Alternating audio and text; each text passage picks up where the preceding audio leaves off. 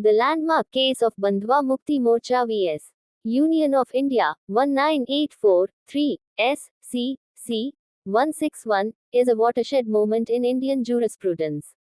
The Supreme Court's judgment not only provided a powerful legal framework to combat bonded labor but also fundamentally expanded the scope of public interest litigation, PIL, and the right to life under Article 21.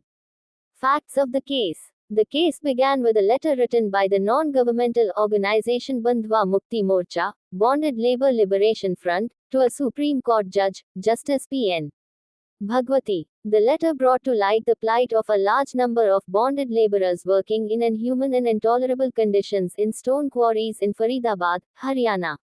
The letter alleged that these workers, many of whom were migrants from different states, were living in squalor, without clean drinking water, proper shelter, or medical facilities, and were denied basic human dignity.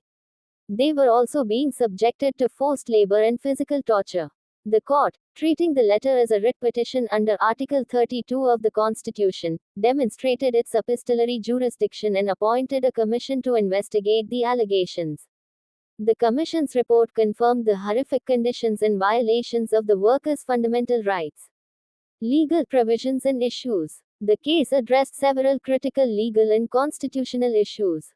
Public interest litigation, PIL, the court's acceptance of a simple letter as a writ petition expanded the concept of locus standi, the right to bring a legal action. It established that any citizen or organization can approach the court on behalf of a group of marginalized or oppressed people whose fundamental rights have been violated. Fundamental rights of workers. The petitioners argued that the existence of bonded labor was a violation of the workers' fundamental rights, including Article 21, right to life and personal liberty. The court gave a broad and expansive interpretation of Article 21, stating that the right to live is not merely a right to physical existence but includes the right to live with human dignity and freedom from exploitation. Bonded labor was deemed a direct violation of this right. Article 23, prohibition of forced labor. The court affirmed that forced labor, including bonded labor, is prohibited. Article 14, right to equality. The court noted that bonded laborers were being treated unequally and were denied the protection of the law. Bonded Labor System, Abolition Act, 1976. The court emphasized the state's failure to effectively implement this law and declared that it was the constitutional obligation of the government to identify, release, and rehabilitate all bonded laborers. The judgment and its implications. The Supreme Court's judgment was a landmark in several respects. Constitutional obligation of the state. The court held that it is the fundamental duty of the state to protect the rights of its citizens, especially the most vulnerable, and to ensure the effective implementation of social welfare legislation.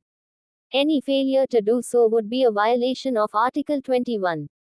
Right to human dignity. The judgment is celebrated for its expansive interpretation of the right to life under Article 21. It established that this right includes the right to a dignified life, free from exploitation and inhumane working conditions. Judicial activism. The case is a prime example of judicial activism, with the court taking a proactive role in directing the government to take specific measures, such as identifying and rehabilitating all bonded laborers, setting up vigilance committees to monitor the situation, ensuring the implementation of various labor laws, including the Minimum Wages Act and the Interstate Migrant Workmen Act. Burden of proof. The court also placed the burden of proof on the employer. If it is alleged that a worker is a bonded laborer, the employer must prove otherwise, rather than the worker having to prove their condition of bondage. This case not only led to the release of many bonded laborers but also set a powerful precedent for future human rights cases, empowering NGOs and individuals to use the legal system to fight for the rights of the underprivileged and marginalized. It underscored the judiciary's role as a protector of fundamental rights and an agent of social change.